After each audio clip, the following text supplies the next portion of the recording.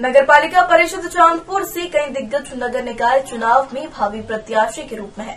वहीं नगर के जाने माने चिकित्सक डॉक्टर आमिर खालिद के पुत्र डॉक्टर मुनीर खालिद भी चुनाव मैदान में आकर जनता की सेवा करने के लिए नगर की जनता के बीच जाकर वोट की अपील कर रहे हैं। पूरा मामला बिजनौर की चांदपुर नगरपालिका का है, जहां पर नगरपालिका चुनाव नजदीक है और बड़ी बड़ी दिग्गज चुनाव मैदान में आकर अपनी किस्मत आजमाकर जनता की सेवा करना चाहते हैं। तो वहीं नगर चांदपुर के प्रसिद्ध चिकित्सक डॉक्टर मुनीर खालिद भी भावी प्रत्याशी के रूप में चुनाव मैदान में है। डॉक्टर मुनीर खालिद का परिवार पहले से ही राजनीति में एक अपनी अलग पहचान रखता है और डॉक्टर मुनीर खालिद को बचपन से ही राजनीति का शौक रहा है। डॉक्टर मुनीर खालिद यूं तो नगर की जनता को डॉक्टर होने के नाते लगातार सेवा देते आ रहे हैं। उन्होंने पत्रकारों से बात करते हुए ये बताया कि अगर उन्हें जनता ने मौका दिया तो नगर में जिस चीज की जरूरत है उन जरूरतों को जनता के बीच रहकर पूरी ईमानदारी के साथ पूरा करने का काम करेंगे। डॉक्टर मुनीर खालिद ने बताया कि नगर की जनता ने आज तक कई प्रत्याशियों को वोट देकर उन्हें चेयरमैन बनाया है। उन्होंने आने वाले नगर पालिका चुनाव के लिए जनता से जात बिरादरी से हटकर वोट देने की अपील की है। उन्होंने बताया कि नगर की जनता अगर मुझे चुनती है तो शहर की चिकित्सा, शिक्षा, सड़कें और विकास के मामले पर खरा उतरेंगे। उन्होंने बताया कि जब भी शहर की जनता ने उन्हें अपनी दुआओं से नवाजा है तो उन्होंने जनता को निराश नहीं किया है। चांदपुर नगर पालिका में आप छाए हुए हैं, इसका कारण क्या है और क्या नाम है आपका? देखिए, मेरा नाम मुनीर खालिद है। पेशे से मैं एक चिकित्सक हूँ, डॉक्टर हूँ और यहाँ समाज से जुड़ा रहता हूँ, राजनीतिक परिवार से भी हूँ। आपने अभी कहा कि मैं चांदपुर में छाया हुआ हूँ, तो आप कह रहे हैं तो जाहिर है आपकी नज़र बड़ी बारीक होती है।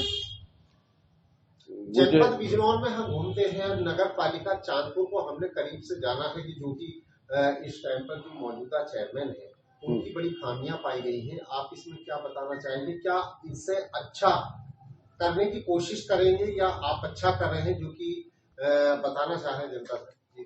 देखिए, मुझे लगता है कि चांदपुर की जनता जो है वो अब चेंज चाहती है और मैं पर्टिकुलरली किसी का नाम नहीं लूंगा कि पिछले चेयरमैन कैसे थे या उससे पिछले कैसे थे, लेकिन मुझे लगता है कि इस पूरा जो एक पिछले कुछ समय गुजरा है उससे जनता अब ऊब गई है और चेंज चाहती है। और मैं ये समझता हूँ कि हमारे समाज में सबसे इम्पोर्टेंट, खासतौर से नगर पालिका के इश्यूज को भी अगर मैं बात करूँ तो करप्शन एक बड़ा इशू है। जो कुछ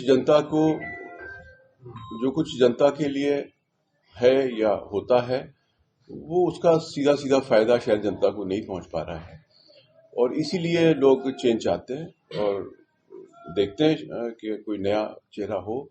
मैं ऐसी उम्मीद करता हूं कि मैं जनता की अपेक्षाओं पर, उनकी उम्मीदों पर पूरा उतर सकूंगा। और क्योंकि हम लोगों को जब भी जिम्मेदारी दी गई है, हम लोगों से मुराद ये है कि मेरे परिवार को पहले भी इस शहर ने बहुत नवाजा है। मैं इस शहर के लोगों का इस नाते से बहुत बड़ा हम लोगों पे एहसान है, मैं शुक्रगुजार हूँ।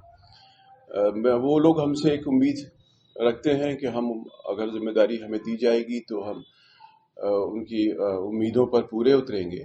मेरी वो तरफ से ये कोशिश रहेगी कि जो उम्मीद जनता मुझसे या मेरे परिवार से करती है मैं उसको पूरा कर सकूं।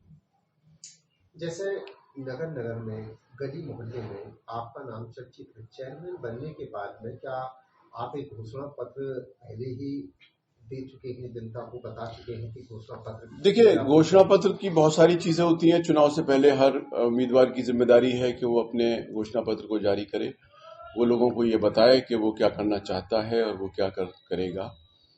तो अभी चुनाव का कुछ निश्चित समय नहीं है, अभी कोई डेट नहीं आई है।